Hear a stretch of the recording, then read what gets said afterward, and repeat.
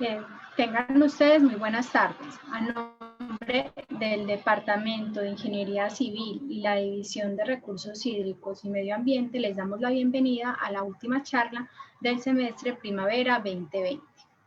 El día de hoy nos acompaña Eduardo Muñoz, quien es ingeniero civil hidráulico de la Facultad de Ciencias Físicas y Matemáticas de la Universidad de Chile. Él ha participado en proyectos de investigación con la universidad y en la actualización del balance hídrico nacional. Actualmente es estudiante del Magíster en Ciencias de la Ingeniería, mención Recursos Hídricos y Medio Ambiente Hídrico de la universidad. Le damos la bienvenida a Eduardo y les recordamos que nos pueden hacer las preguntas a través de la página de Facebook de la división y estas serán respondidas al final de la sesión. Bienvenido, Eduardo. Muchas gracias, Natalia. Bueno, pues comencemos entonces. Esta presentación está titulada Evaluando decisiones de calibración, elección de la función objetivo y sus implicancias en la confiabilidad de simulaciones hidrológicas. Bueno, en realidad aquí tendríamos que preguntar a nosotros, ¿para qué estamos haciendo todo esto? Y la verdad es que podemos remontarnos a un principio básico que yo creo que la mayoría de los que nos están escuchando el día de hoy conoce, que corresponde al ciclo del agua. ¿Sí? Que el que ustedes pueden ver esquematizado acá en la figura. Entonces, el ciclo hidrológico o ciclo del agua corresponde a una idealización del movimiento, distribución y circulación del agua en la Tierra, entre atmósfera, litosfera y viceversa. ¿Sí? A su vez, puede tratarse como un sistema cuyas componentes son precipitación, evaporación, intercepción, escorrentía y otros procesos que ocurren en este ciclo. Entonces, vamos a entender los sistemas hidrológicos como estructuras o volumen en el espacio rodeadas por una frontera que aceptan agua y otros flujos de entrada que interactúan a distintas escalas, tanto espaciales como temporales, generando salidas, que en nuestro caso podría ser, por ejemplo, la escorrentía o el caudal. Ahora bien, por otro lado, los modelos hidrológicos corresponden a representaciones simplificadas de este complejo ciclo, ¿ya? El ciclo hidrológico, que nos van a permitir a nosotros comprender, explorar y analizar ciertos procesos de los que no tenemos suficiente registro. En ese sentido, el punto clave de un modelo hidrológico que es esa parte de ahí, que nos permite comprender cosas que no comprendemos o que no conocemos realmente, no las tenemos medidas. Entonces, a partir de un modelo o la conceptualización de la realidad, que es la definición como tal, podemos sacar algunas conclusiones al respecto. En ese sentido, es una herramienta de apoyo al estudio de, por ejemplo, disponibilidad de recursos hídricos, proyecciones de cambio hidrológico, análisis de eventos extremos, como por ejemplo crecidas o sequías, pronósticos operacionales. Y ejemplo acá de una herramienta, de cómo un modelo hidrológico ha servido de herramienta de apoyo, podemos poner el caso del balance hídrico nacional, la actualización del balance hídrico nacional, que a través del modelo BIC permitió explorar y comprender ciertas componentes del ciclo hidrológico en Chile. ¿Sí? Entonces, es una herramienta crucial en la toma de decisiones también que nos pueden orientar a nosotros a un mejor uso del recurso hídrico y más aún en un contexto de cambio climático donde la disponibilidad futura se puede ver comprometida. ¿Sí? A su vez, tenemos que tener claro esta frase, que todos los modelos hidrológicos son una representación conceptual simplificada de los procesos hidrológicos que ocurren ya sea a escala de cuenca, subpixel o pixel. Ya eso tenemos que tenerlo clarísimo. Según el grado de simplificación del modelo hidrológico, nosotros podemos distinguir entre los modelos conceptuales o de caja gris o de base o motivación física. En primer lugar, los modelos conceptuales consideran de manera simplificada, abstracta y parsimoniosa los principios físicos que determinan los procesos de generación de escorrentía a escala de cuenca o subcuenca.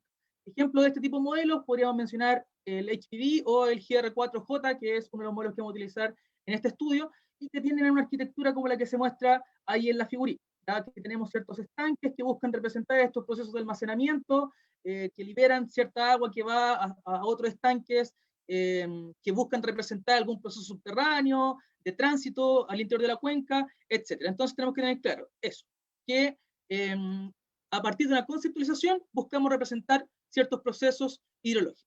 Por otro lado, los modelos de base física o motivación física representan a partir de ecuaciones físicas como tal, de la manera más explícita posible, los procesos de intercambio de energía y agua en un volumen de control.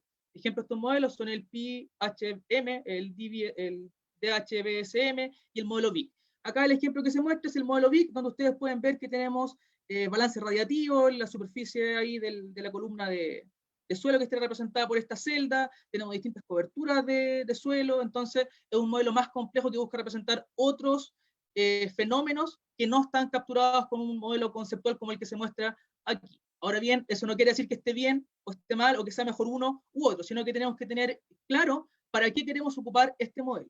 En ese sentido, hay un autor que propone que básicamente todos los modelos son incorrectos, pero algunos son útiles. Y la verdad es que podríamos adaptar un poquito esa frase y decir lo siguiente, que todos los modelos son útiles cuando se comprenden sus fortalezas y limitaciones y se tiene bien definido o identificado el problema de estudio. ¿Ya? ¿Y por qué me gusta hacer esta precisión? Porque al final la responsabilidad es del modelador, de quien toma un modelo y lo busca aplicar para algún objetivo en particular, la responsabilidad es de él de comprender qué es lo que su modelo está haciendo. El modelo no va a ser ni más malo ni más bueno porque al final es un modelo que ha sido desarrollado para algo y eso es lo que uno tiene que tener en claro. ¿Sí? En el presente estudio nosotros vamos a trabajar con modelos conceptuales, entonces hay que tener en claro algunas cositas, como por ejemplo, que trabajan de manera más simplificada la realidad que un modelo de base física. En ese sentido, utilizan ciertos parámetros, entendidos como estos coeficientes que acompañan a las ecuaciones o relaciones que dan cuenta de los procesos de almacenamiento, liberación de agua en un determinado sistema.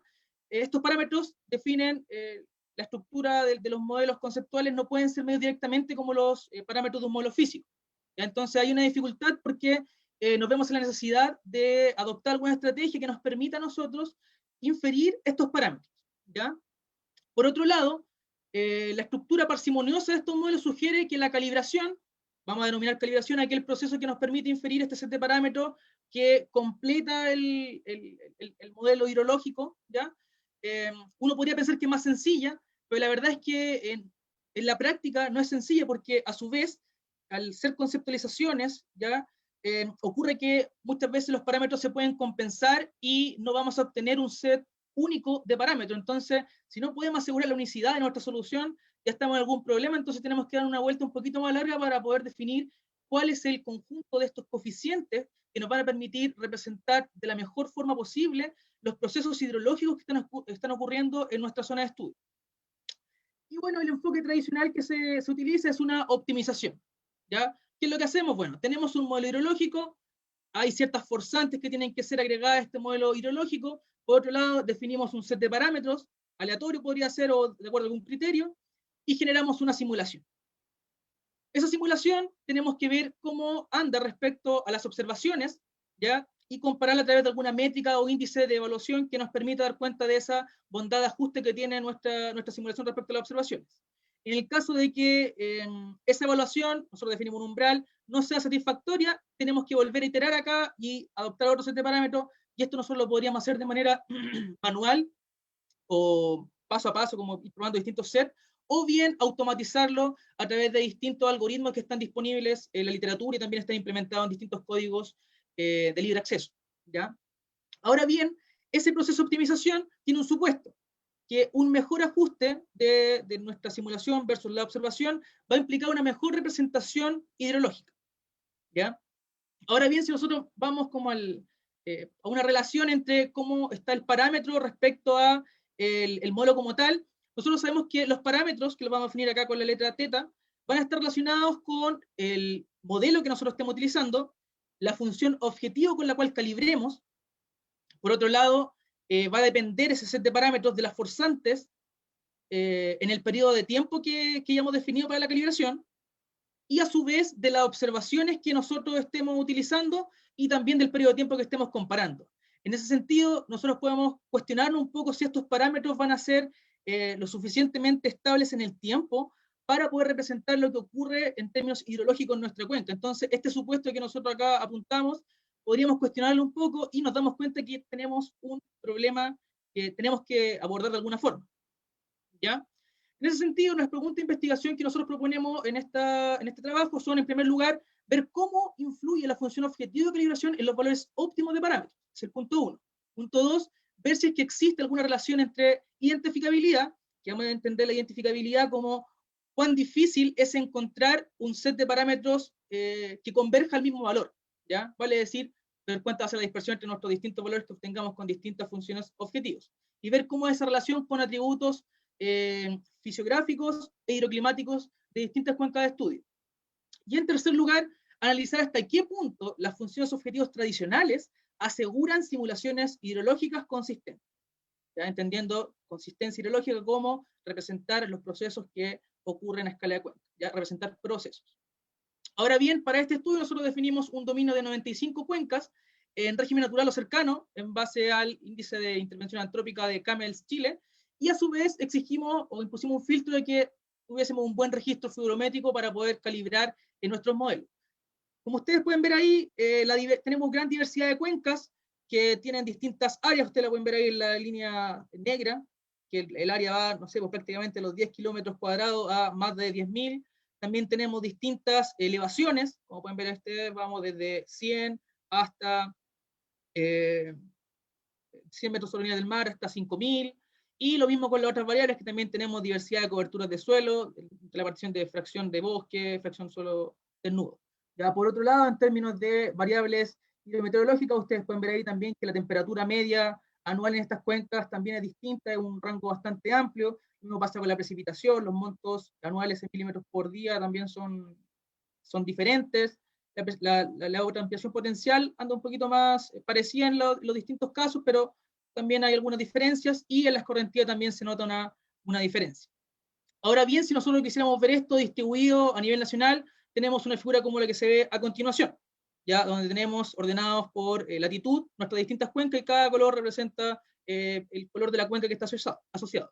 Pero acá en realidad nosotros deberíamos ver esto por macrozona o de acuerdo a ciertas características que puedan compartir las distintas cuencas. Vemos que tenemos ciertas cuencas altiplánicas donde el P-seasonality nos indica que la precipitación o la mayor fracción de precipitación se concentra en el periodo de verano que nosotros tenemos acá en la zona central, ya vale decir el invierno altiplánico en la zona norte. También tenemos cuencas en la zona semiárida de Chile, de los Andes, que ustedes pueden ver que tienen un distinto comportamiento, se marca un gradiente que va aumentando, por ejemplo, la precipitación a medida que avanzamos hacia el sur.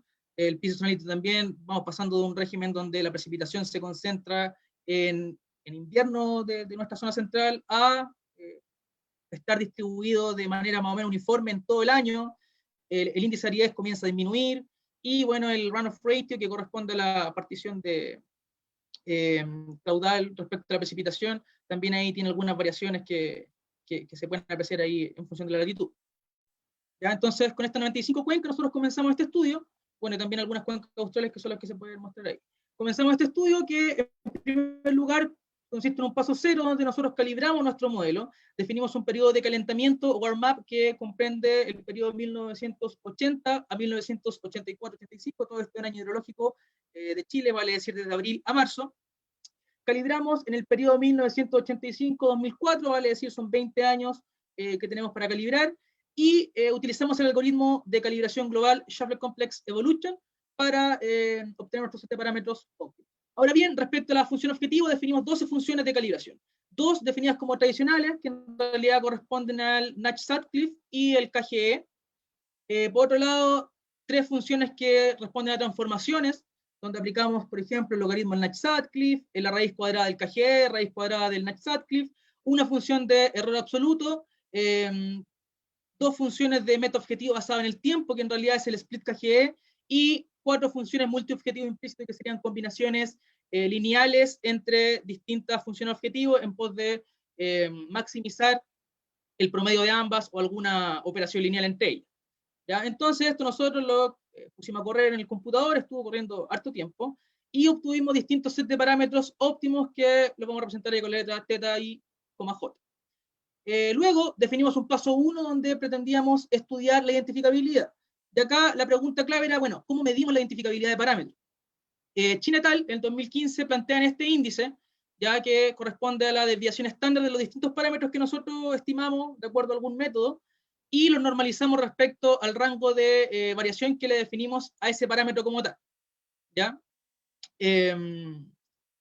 Ahora bien, este indicador representa cuando es 0, representa que el parámetro es identificable, cuando es 1, representa que el parámetro no es identificable. Y eso tenemos que tenerlo claro a medida que vamos avanzando en la presentación.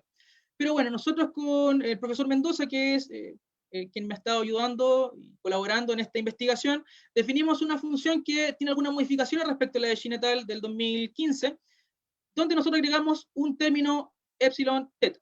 ¿Y a qué corresponde ese término? Bueno, ese término proviene del Shuffler Complex Evolution, porque nosotros, al aplicar Chiplet Complex Evolution, tenemos distintas iteraciones con distintas set de parámetros en el espacio, ya una población de parámetros. En ese sentido, es algo como lo que tenemos ahí en la figura. Esto está para el caso de un modelo de 2 parámetros, ya para poder compararlo visualmente, que es lo que hace Chiplet Complex Evolution, va tomando los distintos puntos que nosotros mostramos en el espacio de parámetros, los evalúa en el modelo, saca el valor de la métrica que estamos evaluando para optimizar, y va viendo cómo esto evoluciona en el tiempo, es decir, establece ciertos gradientes de hacia dónde va mejorando la función, hacia dónde va empeorando, y empieza a converger hacia un valor óptimo, ¿ya? El total de puntos que nosotros deberíamos mostrar está asociado a una población, a un set de complejos que se le denomina en el método, nosotros utilizamos 10, y esto multiplicado por 2 veces el número de parámetros más 1. Ya en este caso, como son distintos modelos que van entre 6 y 8 parámetros, vamos a tener siempre más de 100 puntos en nuestra muestra para ver cómo convergen estos datos. Entonces, en el caso ideal, nosotros tendríamos esto, que todos nuestros puntitos van a converger a un valor de parámetro que nosotros vamos a tener y vamos a poder utilizar para generar nuestras simulaciones. No obstante, podríamos también eventualmente tener diferencia en estos puntos y nos encontramos de lleno con el problema que se conoce como equifinalidad, vale decir que con distintos set de parámetros vamos a obtener la misma función objetivo, el mismo desempeño, ya eso a grandes rasgos.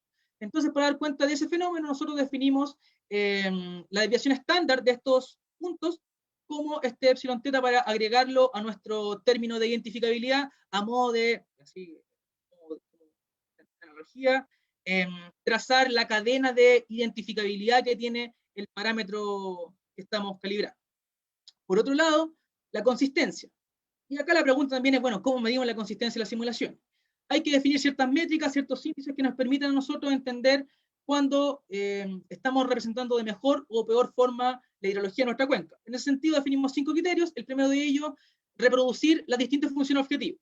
Ya vamos a ahondar un poco más en estos distintos pasos cuando vamos avanzando en el desarrollo de la presentación, pero de momento tengamos claro que nosotros le vamos a exigir a nuestro set de parámetros que sea tan bueno como el resto de los set de parámetros que hayamos definido a partir de distintas funciones objetivas.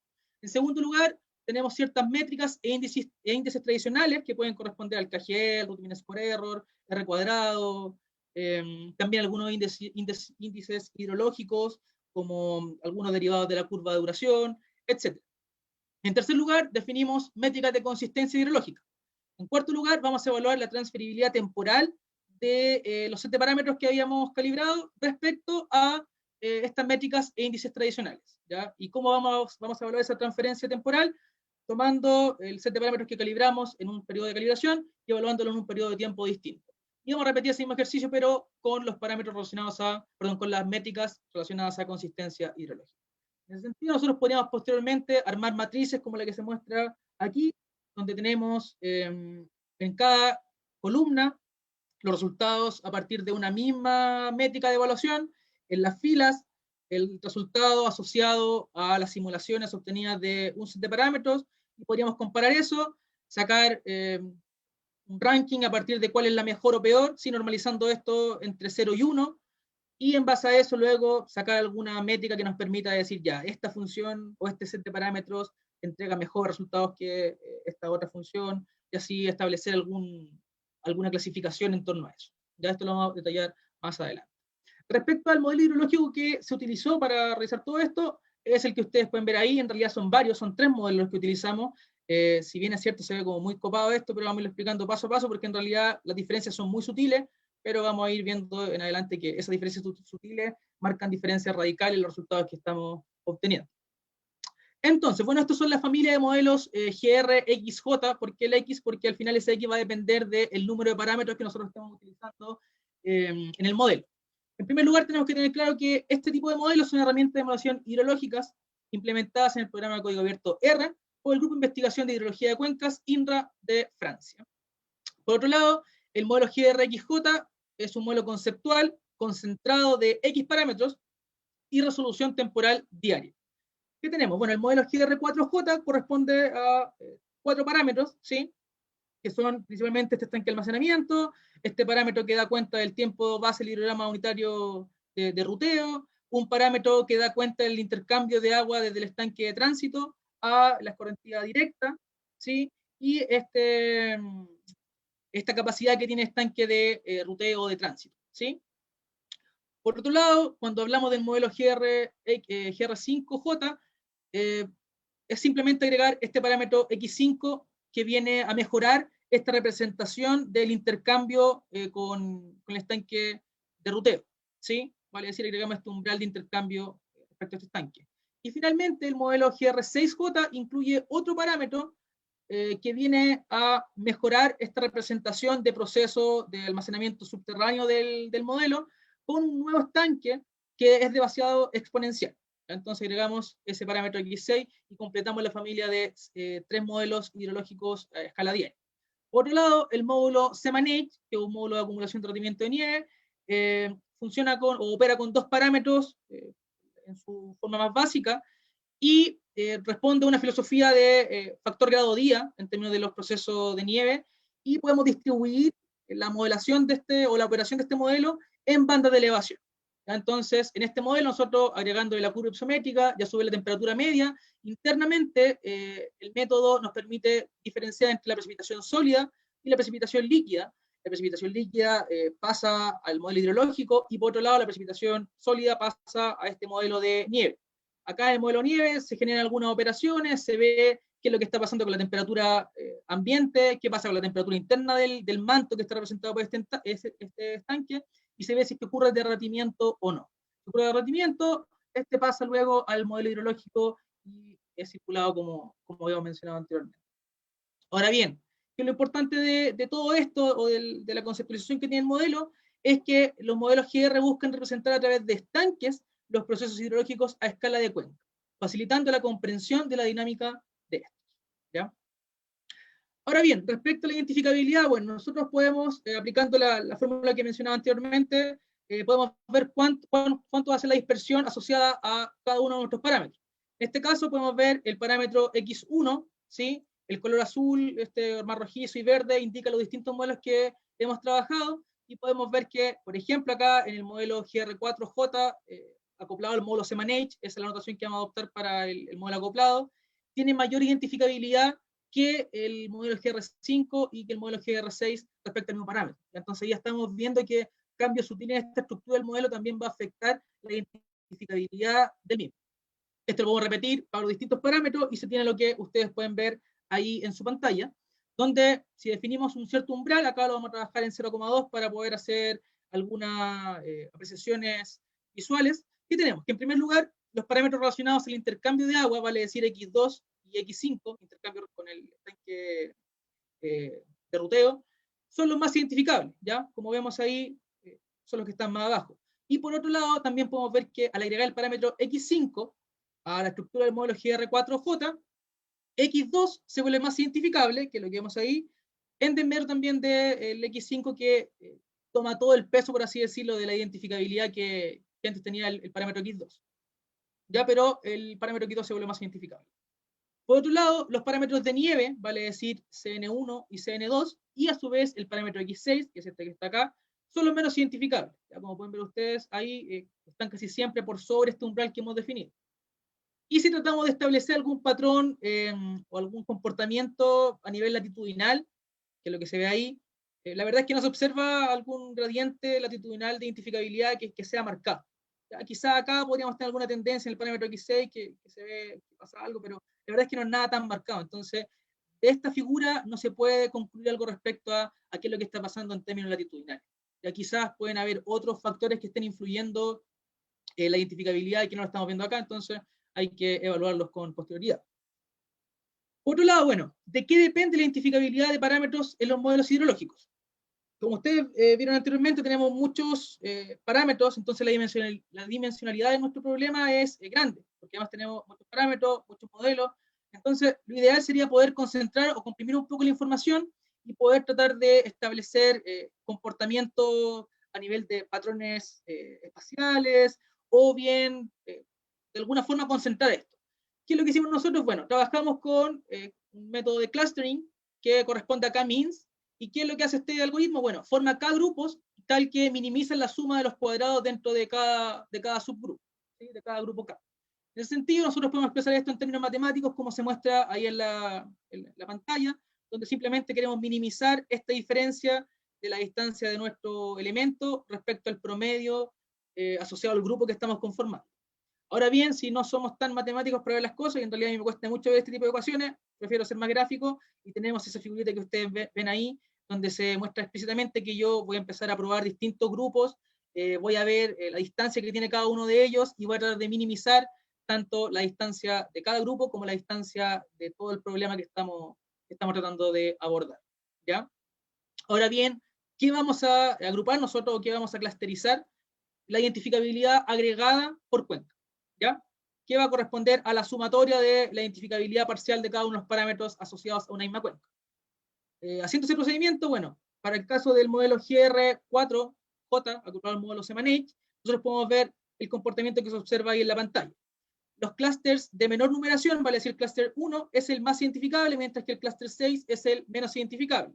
¿Qué podemos concluir acá de la figura? Es que, bueno, tenemos algunas zonas donde hay buena identificabilidad, principalmente acá la zona ubicada al sur de la región del Maule, ¿sí? Acá ya también la parte austral tenemos buena identificabilidad, que sean estos clústeres más azules o naranjo, el clúster número 2, pero también tenemos algunos puntos donde la identificabilidad es mala, como esos que están ahí, que principalmente corresponden a cuencas cordilleranas, y viene de la mano con lo que decíamos anteriormente, de que los parámetros de nieve eran los menos identificados, ¿ya? Ahora bien, ¿qué pasa con el resto de los modelos? Tenemos lo que ustedes pueden ver ahí, también tenemos ciertos patrones que se van repitiendo, y lo curioso acá de esta figura es que tenemos cambios en la identificabilidad al cambiar o modificar la estructura del modelo, ¿ya? Que es lo que vemos acá. Por ejemplo, en el modelo X4 estábamos en verde, pero acá ya nos vamos tornando un poquito color morado, ¿sí? Y acá ya celeste, entonces pasamos a mejorar en algunas cuencas y luego empeorar. Entonces, hay que tenerlo en cuenta. También hay unas que pasan a naranjo, entonces van aumentando. Hay que verlo caso a caso. También podemos ver acá más al sur que ocurre algo similar. Tenemos cuencas color azul que luego pasan a color amarillo o verde de lleno, morado también, y luego también terminan acá en otro color distinto al que habíamos visto inicialmente. Entonces, estas pequeñas variaciones tienen un efecto dentro de la identificabilidad del modelo, perdón, del parámetro de la identificabilidad total de cada una de las cuencas, ¿ya? También podemos decir que las zonas más identificables tal vez podrían ser aquellas que tienen un comportamiento más pluvial, porque las zonas ya situadas más al norte del río Maule tienen un comportamiento pluvial un poco más marcado que la zona sur, donde la influencia, perdón, de la zona norte, que la influencia de la nieve tiene un rol más determinante en la escorrentía anual, o en el periodo de tiempo que nosotros queramos analizar, principalmente en el estiaje. Ahora bien, ¿qué más tenemos? Bueno, ahí la zona austral también ven cambios como los que mencionaba anteriormente. Ahora bien, las conclusiones que decíamos, bueno, en primer lugar, variaciones en la estructura del modelo cambia la identificabilidad agregada de la cuenca de estudio. Cuencas plunivales serían más identificables que las cuencas de régimen nivales, o régimen nival en realidad. ¿Por qué esas serían? Porque tampoco hemos probado que esas cuencas sean de régimen pluvial o pluvinival, mixto en realidad. Tendríamos que probarlo. Y para eso generamos estos coeficientes de Pardet que ustedes pueden ver acá, están normalizados de manera tal de que sumen 100 y tener como la fracción por cada mes, donde observamos que efectivamente, por ejemplo, en el clúster 1 no se ve muy bien, pero acá para el modelo GR5 hay un comportamiento donde predominan aquellas cuencas de régimen pluvial, lo mismo con el modelo GR6, ya en el GR4J, en el clúster 2, la mayoría de las cuencas tienen un comportamiento pluvial o mixto, lo mismo GR5, GR6, y hacia abajo ya en los clústeres de número más grande, en el clúster número 6, podemos ver que están cuencas del tipo pluvial, alguna de régimen condicionado por el invierno altiplánico. Acá tenemos también algunas cuencas de régimen nival, como tal, o nivo pluvial. Entonces, la conclusión es que ya cuencas pluviales son más identificables que las cuencas nivales. Y por otro lado, que podemos concluir que usando el modelo GR6J con Semanage, mejora la identificabilidad de cuencas de régimen nival. Entonces podemos ver acá que desde el clúster número 5, donde teníamos concentrada la mayor parte de las cuencas con régimen nival, pasamos al clúster número, perdón, al clúster también 5 del modelo GR6 y ya vemos que casi no hay cuencas nivales. Y estas se pasan o podrían estar asociadas acá al clúster número 2. Entonces mejora la identificabilidad de las cuencas nivales cuando estamos usando el modelo GR6 J acoplado al módulo de nieve Semanage. Por otro lado, bueno, una pregunta, ¿de qué va a depender la identificabilidad de los parámetros del modelo hidrológico? Si tomamos el caso del modelo GR4J con SEMANH, podríamos construir una figura de este estilo, comparándola contra el área de la cuenca, ¿sí? Donde cada clúster va a tener agrupada el área de las cuencas que pertenecen a ese clúster, ¿ya? Entonces, así se construyen estos distintos box plots. Y esto podríamos repetirlo también con otros atributos como los que ustedes pueden ver ahí, ¿ya? ¿Y qué es lo que se concluye? Que, bueno, no se observa dependencia de los clústeres respecto al área del rango de elevación.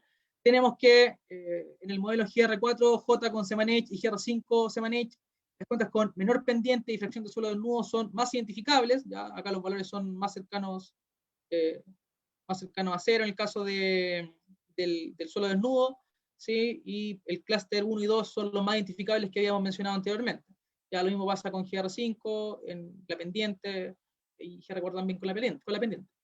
Y si ya nos pasamos a algunos atributos del tipo hidroclimáticos, tenemos que, bueno, a mayor precipitación anual, menor ETP y mayor escorrentía, tenemos mayor identificabilidad. ¿Cómo podemos ver eso? Bueno, trazando acá una línea imaginaria sobre estos distintos boxplots y vemos que hay un comportamiento tal que a medida que vamos descendiendo en clúster de identificabilidad, vale decir, nos vamos haciendo menos identificables, la precipitación va disminuyendo. Lo contrario ocurre cuando hablamos de índice de aridez, vale decir, a mayor índice de aridez tenemos menor identificabilidad y al revés pasa con el runoff ratio, donde a menor runoff ratio menor identificabilidad y a mayor runoff ratio mayor identificabilidad. Y bueno, no se observa dependencia directa de los clústeres con la temperatura media anual.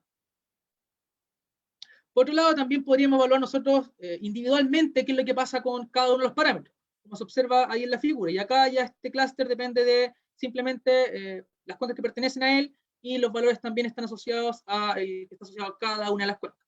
¿Ya? Entonces, en este boxplot tendríamos 16 puntos. También en este 16, etc. Eso lo podríamos repetir con las distintas cuencas y qué es lo que observamos acá, que bueno, los parámetros de nieve, como ya hemos mencionado anteriormente, son los menos identificables. Por otro lado, el parámetro X6 también muestra baja identificabilidad, que lo habíamos mencionado también antes, y esto es un comportamiento que se mantiene en los distintos modelos y en los distintos clústeres. Por otro lado, algunos clústeres muestran buena identificabilidad individual de parámetros, ¿ya? Como por ejemplo, acá el clúster 4, la mayoría de los parámetros, tanto de X1 a X4, perdón, clúster 1, X1 a X4, son bien identificables, es que definimos el mismo umbral que habíamos trabajado antes. Ya, lo mismo pasa con el clúster número 2 para el modelo GR4, ocurre lo mismo. Lo que sí es interesante es que la identificabilidad individual de los parámetros cambia al modificar la estructura del modelo, ¿sí? Y es lo que podemos ver acá, donde si trasladamos ahí la mediana de estos 4 parámetros, esta va aumentando a medida que aumenta el modelo. Entonces ya damos cuenta de que estas pequeñas variaciones, veamos que en el modelo GR5 agregamos solamente un coeficiente que regula un umbral de intercambio, cambia totalmente el comportamiento del modelo o la identificabilidad que va a tener el parámetro del mismo, ¿sí? Entonces, bueno, la pregunta sería, ¿existe alguna relación entre identificabilidad de parámetros y atributos de la cuenca? Y tratar de extenderlo un poco más, asociado a distintos parámetros, o perdón, a atributos, pero acá individual, y tenemos un gráfico como el que se ve aquí, donde tenemos distintos atributos físicos, de cobertura de suelo aquí, área, tenemos atributos climáticos y atributos hidrológicos. ¿Ya? ¿Qué podemos concluir? En primer lugar, que la identificabilidad del parámetro X4 se relaciona con la mayoría de los atributos analizados, que es lo que ustedes pueden ver ahí. ¿Ya? En ese sentido, si tomamos, por ejemplo, para poder entender bien cómo se interpreta este gráfico, si vemos la latitud, ¿qué es lo que tenemos? Recordemos que la latitud es un valor negativo, ¿cierto? Vale, a medida que nos adentramos al sur, vamos teniendo un valor más negativo. Esto nos dice que a menor latitud, vale decir más al norte, tenemos menor identificabilidad. ¿Ya? Entonces, así se interpreta el gráfico que ustedes están viendo en su pantalla. Por otro lado, también el mismo parámetro X4 tiene buena relación con la precipitación, con el índice de aridez, la escorrentía y el runoff rate. ¿Ya? Aquí pueden ver ustedes que las tonalidades son más marcadas y eso representa que existe una mayor correlación de Spearman acá que estamos comparando. ¿Ya? En ese sentido, acá podríamos decir el caso inverso, que a mayor precipitación, mayor identificabilidad. Recordemos que el valor, la identificabilidad, mientras más cercana a cero sea, es mejor. y mientras más cercana a 1 sea, es peor. Ya por eso acá esta relación negativa, vale decir mayor temperatura, menor índice, perdón, mayor precipitación, menor índice de identificabilidad. ¿Ya? Por otro lado, tenemos que el parámetro X3 muestra correlación con la cobertura de suelo, índice de aridez e índice de escorrentía, que es lo que está apareciendo acá. Y bueno, recordar que este parámetro está relacionado con el estanque de ruteo de nuestro sistema. ¿Ya? Entonces podemos ver que se correlaciona bien con la cobertura y con el índice de aridez y el runoff rate que ustedes pueden ver ahí. Por otro lado, también tenemos que variaciones en la estructura del modelo invierte la relación de identificabilidad con algunos atributos fisiográficos e hidrometeorológicos. Ejemplo de ello, bueno, acá la fracción cubierta por bosque, podemos ver que cuando cambiamos de modelo, el tercer modelo sería el GR6, el segundo acá puntito que estoy indicando acá es el GR5 y el primero es el GR4, vemos que cambia la relación entre la identificabilidad y el parámetro, y el atributo, ¿sí? Y el parámetro también. Lo mismo pasa acá con el parámetro X2, se nota que se invierte esa relación, pasamos de tener una correlación negativa a una correlación positiva, y luego posteriormente una correlación positiva, pero que esto no sería significativamente estadísticamente. Lo mismo pasa acá, pasamos a una correlación positiva, nos vamos a negativa, negativa. ¿Ya? Y también podemos ver eso en la precipitación y en la escorrentía. Por otro lado, dentro de los parámetros de nieve, que nosotros habíamos dicho que eran los menos identificables, el parámetro CN2 es el que muestra mayor correlación respecto a algunos atributos analizados, principalmente los que respectan a elevación, pendiente y temperatura, ¿ya? Que serían los que están acá. Tenemos elevación, pendiente, que tiene una correlación negativa, vale decir, a mayor elevación media, a mayor pendiente y a mayor rango de elevación, vamos a tener más identificabilidad. El parámetro va a ser más identificado. Y a mayor temperatura, vamos a tener menor identificabilidad del parámetro. ¿Ya? Ahora bien, hasta el momento no hemos dicho nada sobre la consistencia hidrológica. La pregunta acá es, ¿el set de parámetros óptimos asegura consistencia hidrológica? ¿Y por qué esta pregunta acá viene a cerrar un poco esta parte? Porque nosotros tenemos distintos óptimos. Como les mencionaba, calibramos con 12 funciones objetivos, vale decir, son 12 óptimos del sistema. Y esos 12 óptimos debiesen representar la hidrología de mi cuenca, dependiendo también de la naturaleza que yo estoy trabajando con cada una de las funciones objetivas. Supongamos que tenemos este gráfico donde estamos comparando el caudal observado versus el caudal simulado, y tengo esos puntitos ahí que dan cuenta de esa relación. En ese caso, yo tendría un coeficiente de determinación cercano a 1. Entonces, ¿qué quiere decir esto? Que si yo hubiese elegido como métrica o índice de calibración o optimización el R cuadrado, tendría acá un ajuste perfecto. Pero, si lo contrastamos con la línea 1 a 1, nos damos cuenta que tenemos un sesgo enorme en esta calibración. Entonces, aquí vamos con esto, a que estos criterios estadísticos muchas veces, o en realidad, no nos van a asegurar que las simulaciones sean consistentes en términos hidrológicos. ¿Ya? Por eso, tenemos que recordar que un modelo es un set de múltiples hipótesis que deben ser evaluadas. ¿Ya? Y esas hipótesis en realidad corresponden a cómo nosotros estamos representando nuestro sistema y sus procesos. ¿Cómo evaluamos nuestro modelo? En primer lugar, debiésemos buscar similitudes y diferencias entre el modelo de realidad, vale decir, comprender cuáles son los alcances y limitaciones de mi modelo. Por otro lado, generar simulaciones para un periodo con datos históricos disponibles para yo poder compararlos y ver cómo es mi simulación respecto a las observaciones y a los procesos que están ocurriendo, y también comparar de manera cuantitativa las observaciones respecto a las simulaciones. Ahora bien, esto me asegura si estamos obteniendo respuestas correctas, por las razones correctas. Y bueno, ahí está el misterio. ¿Cómo hacemos nosotros para asegurar eso? Aquí es importante que nosotros definamos ciertos criterios que nos permitan evaluar la representación del comportamiento de la cuenca. ¿Ya? Comportamiento, vale decir procesos, más allá de lo estadístico. ¿Qué podemos trabajar? Bueno, por ejemplo, ver el balance hidrológico, ver la redistribución vertical de lluvia en exceso, la redistribución de las correntías a escala temporal, la distribución de la humedad en el espacio. Definir medidas de diagnóstico, vale decir, índices que sean derivados de series de tiempo observadas o modeladas, tal que nos permitan identificar procesos dominantes y también nos permitan determinar la intensidad, velocidad y variabilidad espacio-temporal de la respuesta hidrológica. Y acá también podríamos hacer referencia a lo que se denomina índices hidrológicos, ¿ya? Que son los índices hidrológicos, como ustedes pueden ver ahí, nosotros tenemos un hidrograma donde está nuestra escorrentía observada, que vendría a ser representada por la línea azul, y nuestra escorrentía simulada, que sería esta línea segmentada de color rojo.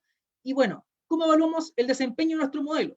Nosotros lo que debiésemos hacer es tomar distintas componentes que nos permiten dar cuenta de procesos al interior de la cuenca, como por ejemplo las crecidas, flujos bajos, la curva de duración, la curva de variación estacional y los valores anuales, valores mensuales, etcétera. ¿Ya? Pero siempre orientado a evaluar procesos que ocurren en la cuenca. Caso de ejemplo, nosotros tenemos la cuenca Río Maipo en el Manzano modelada con el modelo GR4J acoplado al módulo de nieve Semanech.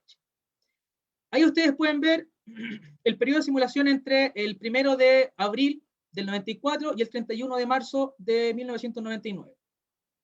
Acá ya se observa que existen ciertas diferencias entre los distintos trazos que están ahí superpuestos. El trazo negro corresponde a la observación y los colores corresponden a distintos sets de parámetros obtenidos de la calibración del modelo en base a distintas funciones objetivas. ¿Ya?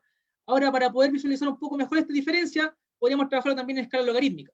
En escala logarítmica se acentúan un poco más los cambios o las diferencias que existen en los flujos bajos o en la recesión. Por ejemplo, ahí vemos que hay una diferencia significativa en este periodo. Lo mismo acá con los flujos bajos, y al final estos flujos que están representados arriba también se muestra que hay un sesgo importante. ¿Ya? Ahora, si pasamos a otra comparación, con por ejemplo la curva de variación estacional, vemos lo mismo. Existe una diferencia entre distintas simulaciones obtenidas con distintos sets de parámetros y el valor observado, que corresponde a esta línea negra. Entonces, el mensaje acá es que hay que evaluar y verificar el desempeño del modelo más allá de lo estadístico. Es decir, incluir estas métricas que nos permitan dar cuenta de cuán bien estamos representando los procesos hidrológicos. Volvemos a la pregunta inicial de cómo medimos la consistencia de las simulaciones. Nosotros habíamos definido 5 criterios. En primer lugar, bueno, la reproducibilidad de las funciones objetivo, que como les mencionaba es simplemente yo tengo mi set de parámetros calibrados con KGE y voy a evaluar la simulación en el periodo de calibración respecto a el resto de las funciones objetivo que yo había utilizado para calibrar, las utilizo ahora como métrica de evaluación. Entonces comparo cuánto se pierde al cambiar de función objetivo. ¿Ya? Por otro lado, las métricas e índices tradicionales, también root mean square error, R cuadrado, KGE, Nash-Sutcliffe, algunas transformaciones, índices derivados de la curva de duración, la pendiente del segmento medio, la pendiente de los flujos altos, el sesgo asociado a los flujos altos, a los flujos bajos, los cuantiles asociados a la curva de duración, etc. Y todo esto también evaluado en distintas escalas temporales. Acá evaluamos a escala diaria, que era la resolución de nuestro modelo, mensual y anual, a modo de tener esta comparación directa con procesos. Y por otro lado, algunos criterios de consistencia hidrológica. Y esto es importante que veamos cuáles fueron los criterios que se trabajaron. Adoptamos algunos de los propuestos por Van Berkoven el 2008, que busca representar lo mínimo que nosotros podríamos pedirle a una simulación.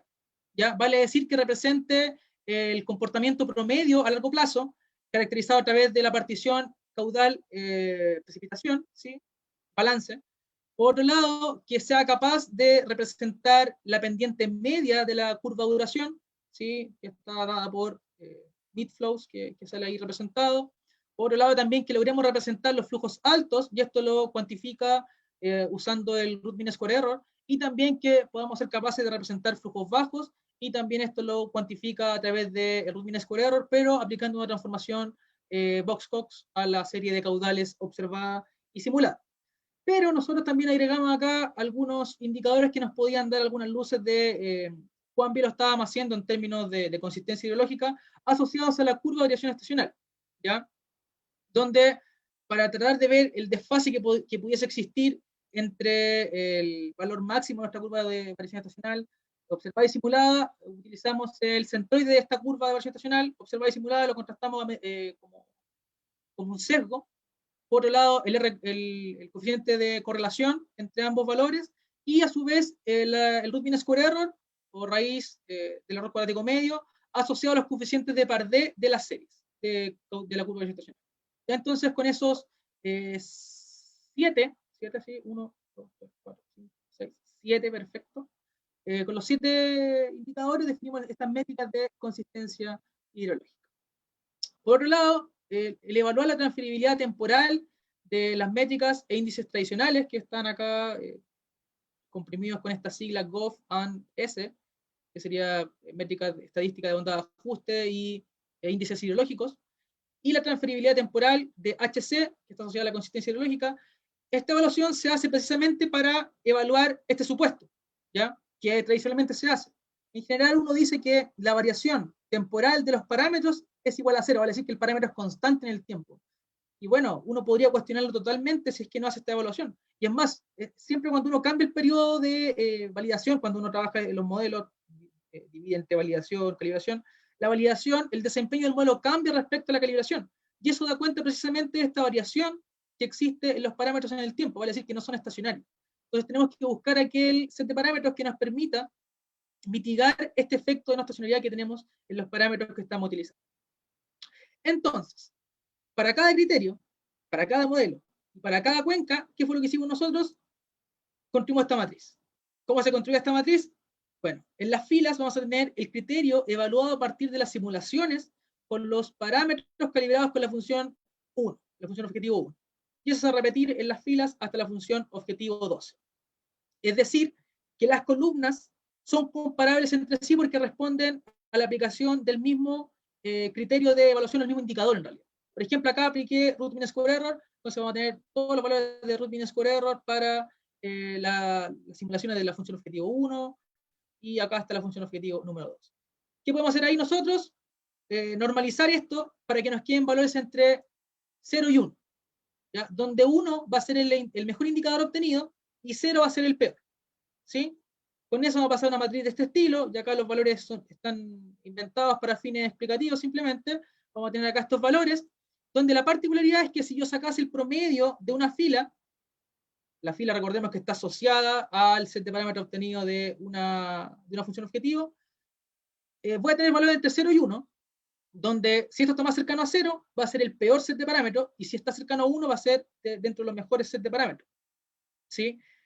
El problema sería que yo tuviese, no sé, si tengo 10 criterios de evaluación, tuviese 5 unos y después solo ceros, el promedio de eso va a ser bueno respecto a otra que tal vez tenga siempre valores en torno a 0,5, no sé, pues sea 0,8 en algunos casos, en otros 0,4, pero que siempre se mantenga ahí en un mismo rango. Vamos a tener un sesgo asociado al estadístico como tal, que es el promedio. Entonces, para corregir un poco eso, nosotros hacemos una operación por filas, que es algo parecido a lo que hicimos acá, pero restándole al promedio de esa fila la desviación estándar. Vamos a dar cuenta de esa variabilidad que puede existir entre los distintos índices estimados para cada set de simulación. ¿Ya? Con eso, nosotros podemos establecer un ranking de desempeño de parámetros, ¿sí? Es decir, de las funciones objetivos que utilizamos para obtener el set de parámetros. ¿Y por qué digo yo establecer un ranking? Porque claro, podría ser más simple quedarnos con la mejor o el mejor resultado, pero acá también el interés es poder dar cuenta de cuál es el desempeño de distintas funciones objetivas de calibración. Entonces, en base a eso, nosotros podemos establecer un ranking que nos permita discriminar entre cuándo es mejor una u otra, o cuáles son más requeridas, qué funciones objetivas son más requeridas que otras, o qué funciones objetivas nos dan mejores resultados, ya en términos de los criterios que estamos proponiendo acá. Repitiendo todo este proceso para las distintas cuencas y los distintos criterios, podemos establecer una tabla como la que se ve en la figura, donde para los 95 cuencas que nosotros estamos trabajando, podemos hacer un ranking desde el 1 hasta el 12, donde 1 va a ser la mejor función, 12 la peor, y vamos ubicando ahí la función objetivo asociada al mejor, peor valor obtenido. ¿Ya? Hecha esa tabla, sería simplemente contar cuántas veces se repite, por ejemplo, la función objetivo 2, cuántas veces se repite la función objetivo 3, y en base a eso, establecer un ranking general que nos diga ya, tantas veces se repitió la función objetivo 1, tantas veces se repitió la función objetivo 2, etc. En el ranking 1, después en el ranking 2, en el ranking 3, y así poder ver cuáles son más buenas que otras, ya para poder esto clasificar. Para ello nosotros construimos gráficos de este estilo, donde por ejemplo vemos que para el modelo GR4J con Semanage, usando KGE, el KGE nunca es la mejor función objetivo. Vale decir, en 0 veces el KGE ocupa el primer puesto de este ranking. Pero si es cliente habitual, por así decirlo, del ranking número 2. ¿Ya? Esto mismo, bueno, acá las cuencas, los valores que ustedes pueden ver ahí son porcentajes que dan cuenta de la cantidad de cuencas que usan esa función objetivo en el ranking determinado. ¿Ya? Este mismo ejercicio nosotros lo podríamos repetir para los modelos GR5, GR6, y bueno, primero que todo vemos que cambian algunas relaciones, ya acá el KGE aparece como una función en el primer ranking en alguna cuenca, acá tampoco se repite el KGE, pero se repite bastante en los rankings de peor desempeño. ¿Ya? Y esto usarlo para las distintas funciones objetivos que nosotros definimos para este estudio, que son las que ustedes pueden ver ahí. Tenemos KGE, NatSat,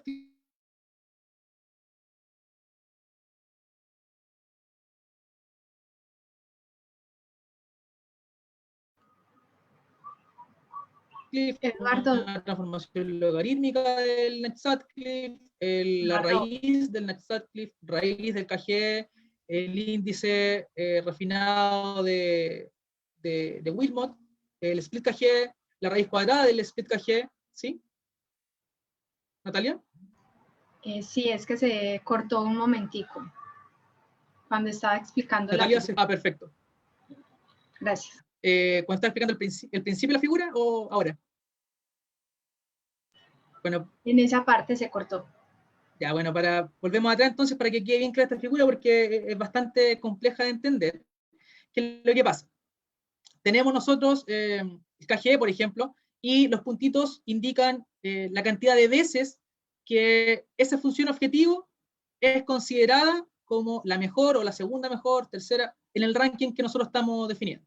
¿Ya? En este caso, se puede ver que el KGE siempre está dentro de las peores rankeadas funciones objetivos de calibración. Si esto lo extendemos a las demás funciones objetivos, como pueden ver acá ustedes, tenemos funciones tradicionales que hemos definido, el KGE, el NatSat-Cliff, algunas transformaciones, algunas que dependen o están evaluadas en el tiempo, otras meta-objetivo, multi-objetivo, perdón, que son las que ustedes pueden ver acá.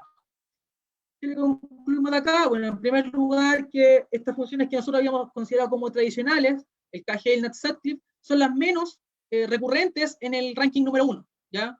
Vale decir que en general no son las mejores funciones objetivos que dan cuenta de parámetros consistentes y estables en el tiempo, ya, o que den cuenta de simulaciones que sean estables en el tiempo. Tenemos que algunas funciones del tipo transformaciones reportan buenos resultados en algunos casos. En general, el DT, que es el que ustedes pueden ver acá, es el que mejor resultado reporta, por lo menos para el modelo GR4J con el modo SMNH y también en el GR5. También el split KGE tiene buenos resultados en algunos casos, la raíz cuadrada de esta suma o el promedio del KGE y el NatSat-Cliff. Entonces podemos ver ahí que hay varias funciones distintas a las tradicionales que nos proveen de buenos resultados, ¿ya? Y estos resultados, digo buenos porque también nos están asegurando la consistencia hidrológica y también la transferibilidad temporal de estos parámetros para obtener simulaciones consistentes en periodos de tiempo diferentes al cual se utilizó para calibrar. Lo que también resulta curioso es que cuando cambiamos de modelo, la relación cambia, ¿sí? Por ejemplo, acá el NatSat-Cliff era el mejor, pero acá disminuye la cantidad y acá aumenta, ¿sí?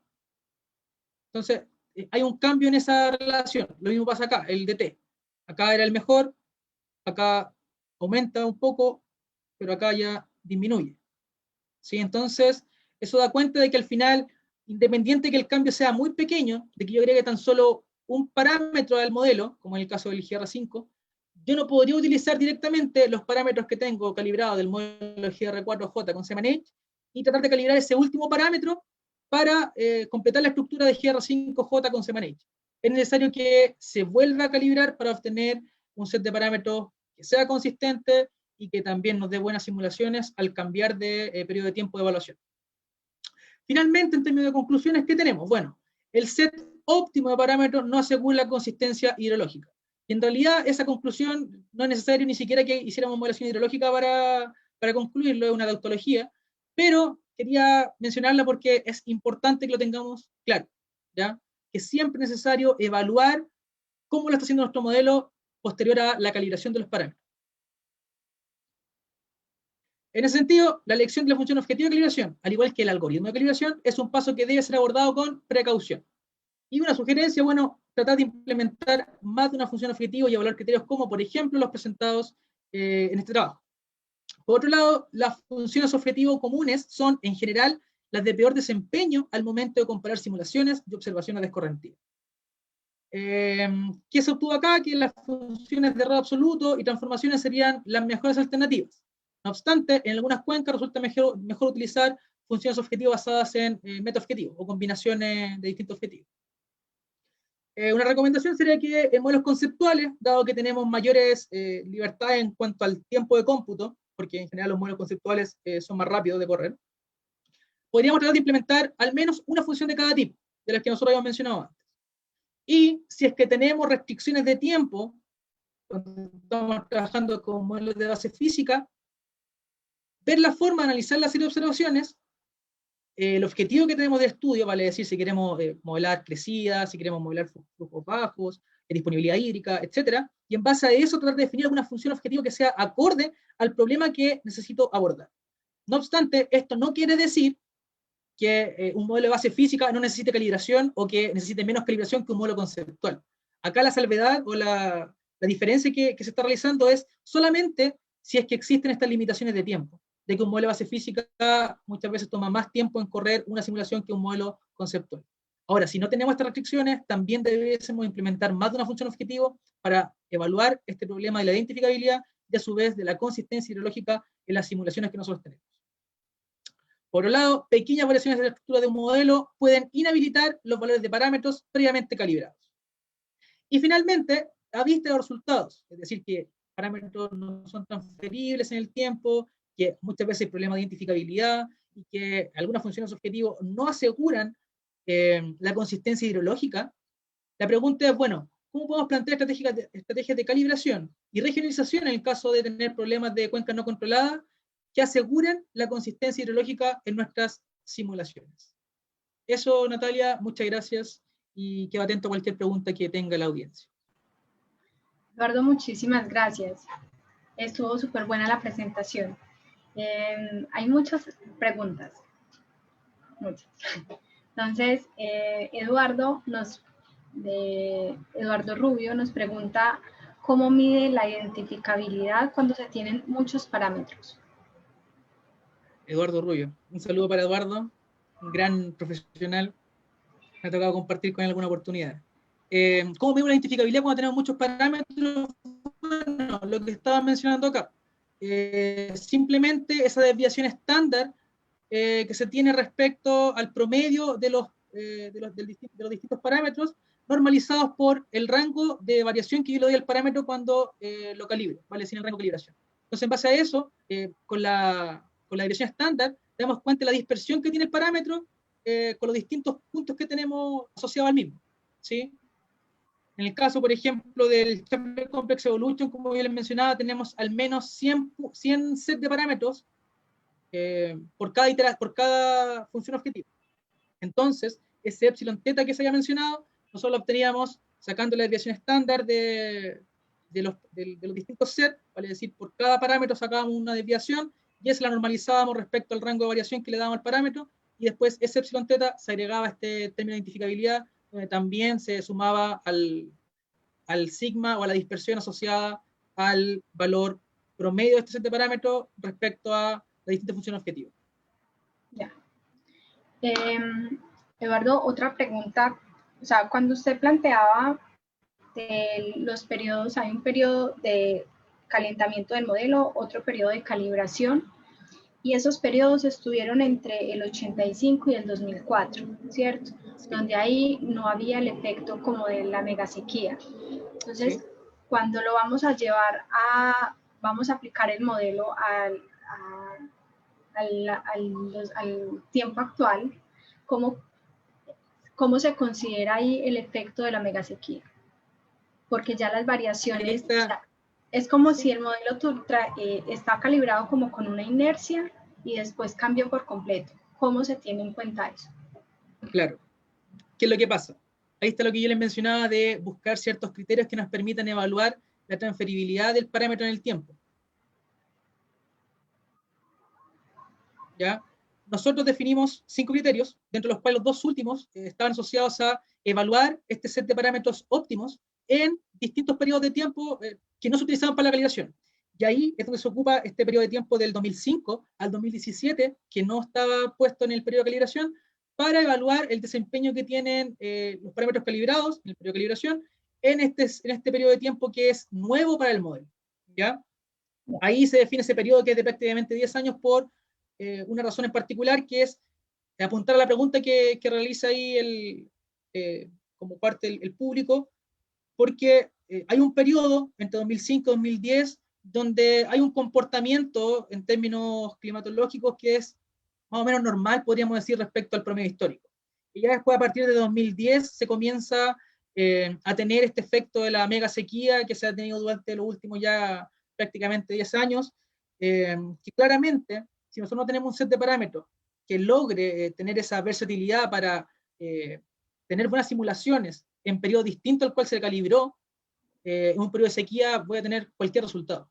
¿Ya? Entonces, ahí está el punto que nosotros hicimos esta evaluación en estos 2 periodos de tiempo, periodo de tiempo entre comillas normal, que sea 2005-2010, y periodo de tiempo de mega sequía, 2010-2017, y se establecieron también rankings como los que se mostraron acá, que ese ranking corresponde al ranking final, vale decir, combinando los 5 criterios, hay un ranking asociado solamente a cómo lo hace el set de parámetros en un periodo de cambio, en un periodo seco y un periodo normal. Ahora bien, la función que daba como la mejor función dentro de las distintas que habíamos visto, el DT, que es una función propuesta por Wilmot en el 2012, si mal no recuerdo. Es una función que también utiliza un autor, Fowler et al, del paper del 2018, donde propone ciertas funciones objetivo orientadas a periodos secos, ¿sí? Y entre ellas propone esta función que menciono yo, que es el DT, y que es precisamente la que se repite más veces como la mejor.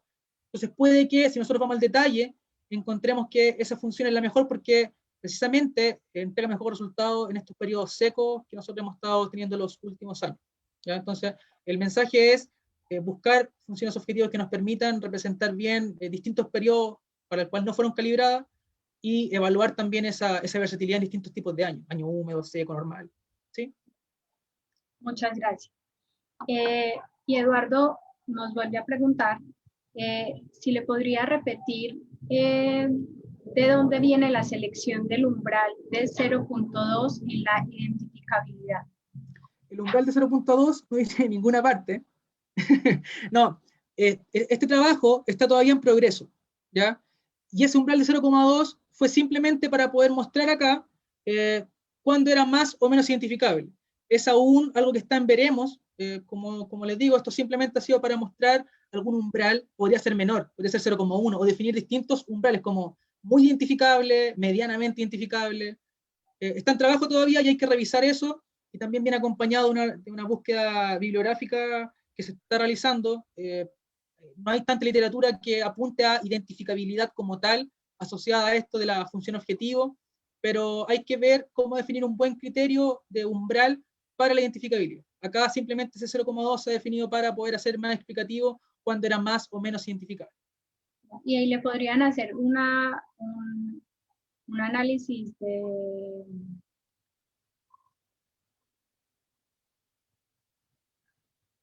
me fue el nombre del análisis de sensibilidad. Es que el análisis de sensibilidad ya viene por otro lado. Apunta a responder otra pregunta el análisis de sensibilidad. O sea, un análisis de sensibilidad para el umbral de la identificabilidad. Claro. No, ya. Claro, es que ahí habría que trabajar la estrategia de cómo se define ya cuando es muy identificable o no. Y eso tal vez yo creo que va a estar ligado a ver el valor como tal de los resultados de la consistencia, de la modelación. Entonces, yo creo que por ahí va a estar el link entre identificabilidad, consistencia y ese umbral que nosotros necesitamos pedirle a un modelo para que sea consistente y tenga resultados buenos, ¿sí? En términos hidrológicos. Gracias.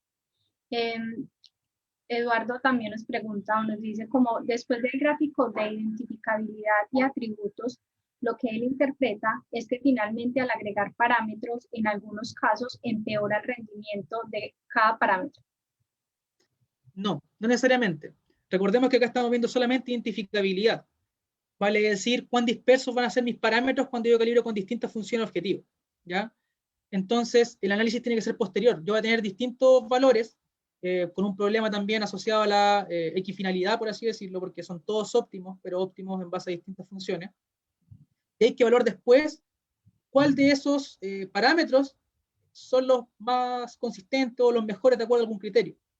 Y es por eso que nosotros después tenemos que hacer ese filtro posterior con distintos análisis, para testear la hipótesis que yo mencionaba que cada uno de los modelos tiene.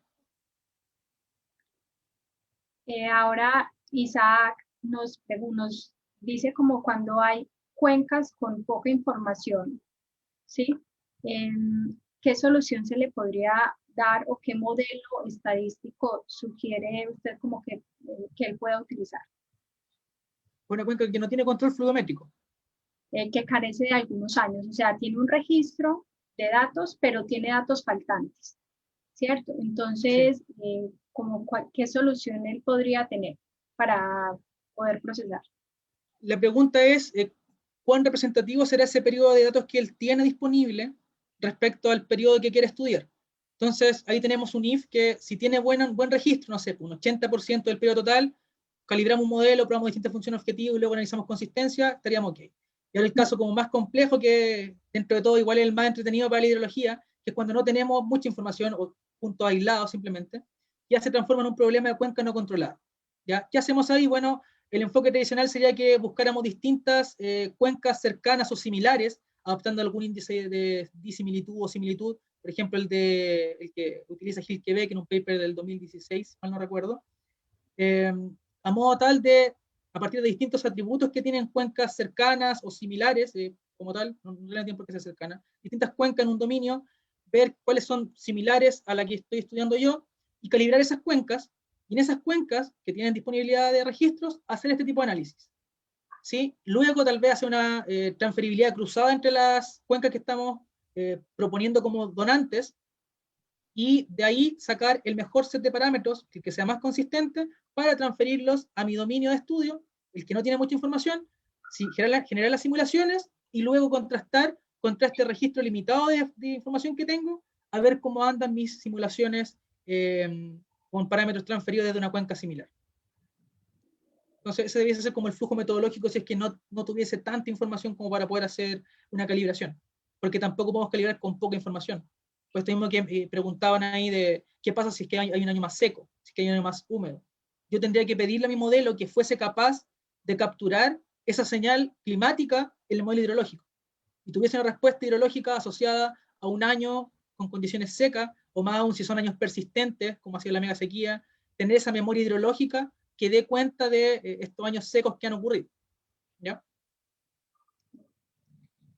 Andrea nos pregunta cómo identifica cuál es el mejor o el peor indicador por columna, como si lo hace al normalizar.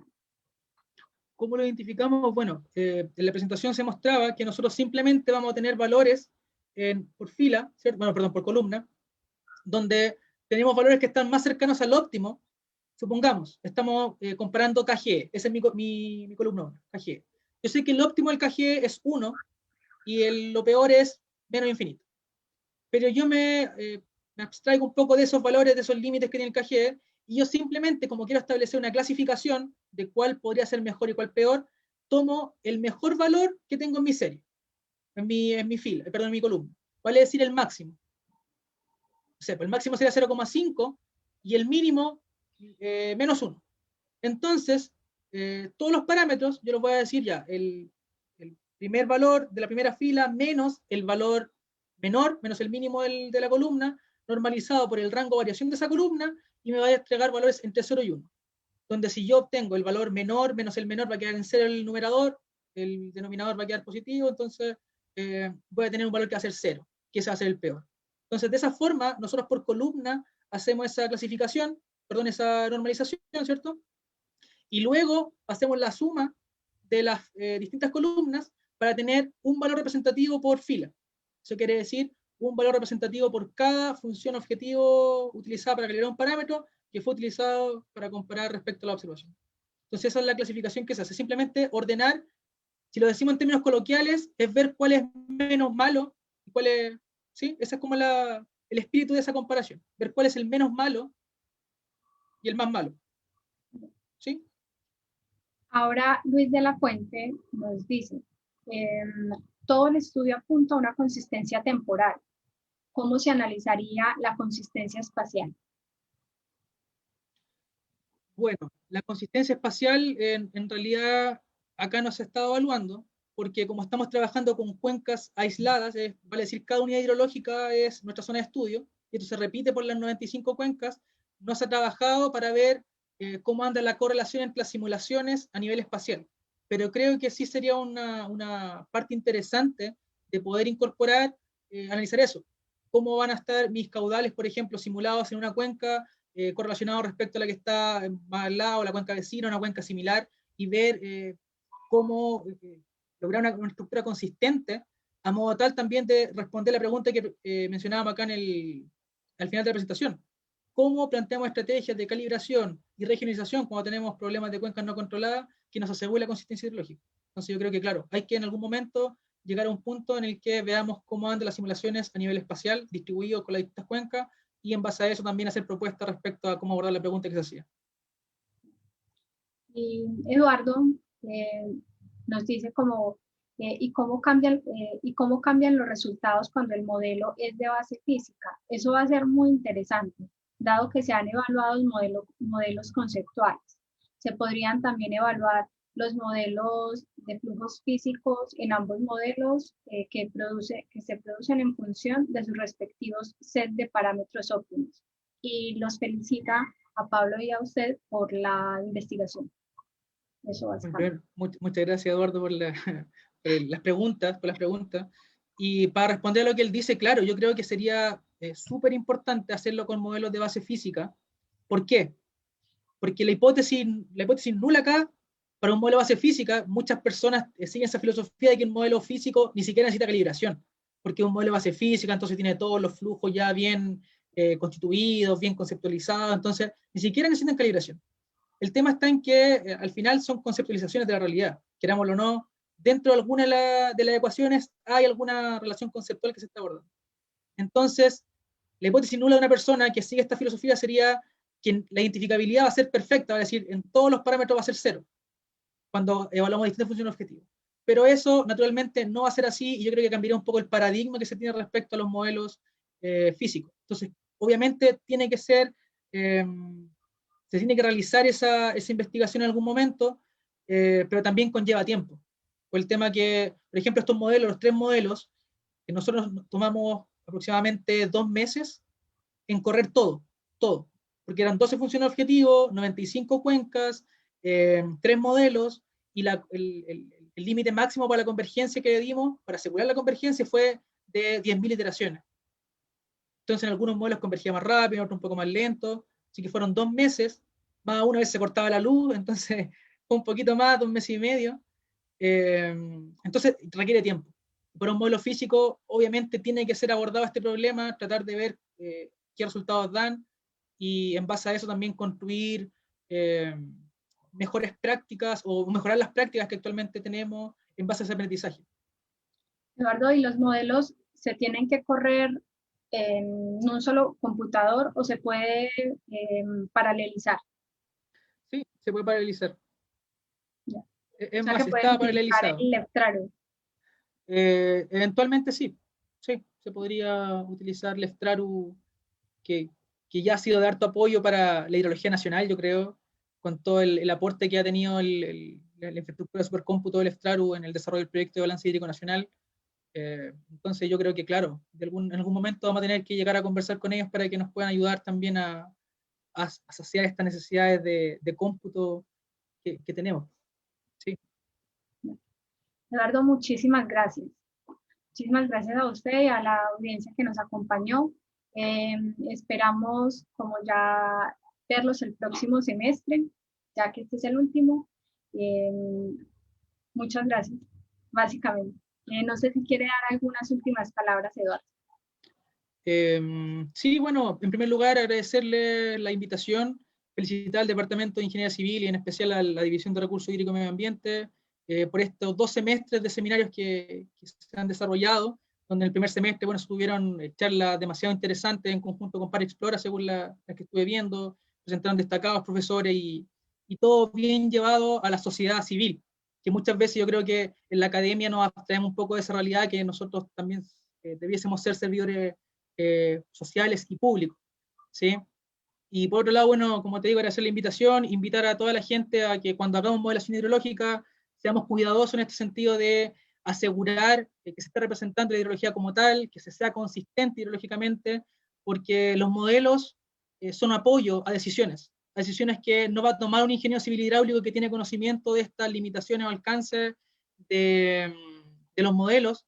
Entonces tenemos que ser bien rigurosos en ese sentido y presentar toda la información, hasta dónde llega nuestra proyección, la incertidumbre asociada a cada una de esas estimaciones, y en base a eso contribuir, bueno, a una mejor gestión del recurso hídrico y más hoy en día, como decía al comienzo, donde el cambio climático incorpora muchísima incertidumbre respecto a lo que puede pasar en el futuro. Entonces, apuntar a eso, a una hidrología como más consciente,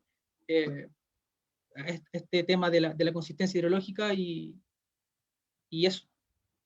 Muchas gracias, Natalia. Muchísimas gracias. Que estén muy bien. Hasta luego. Hasta luego.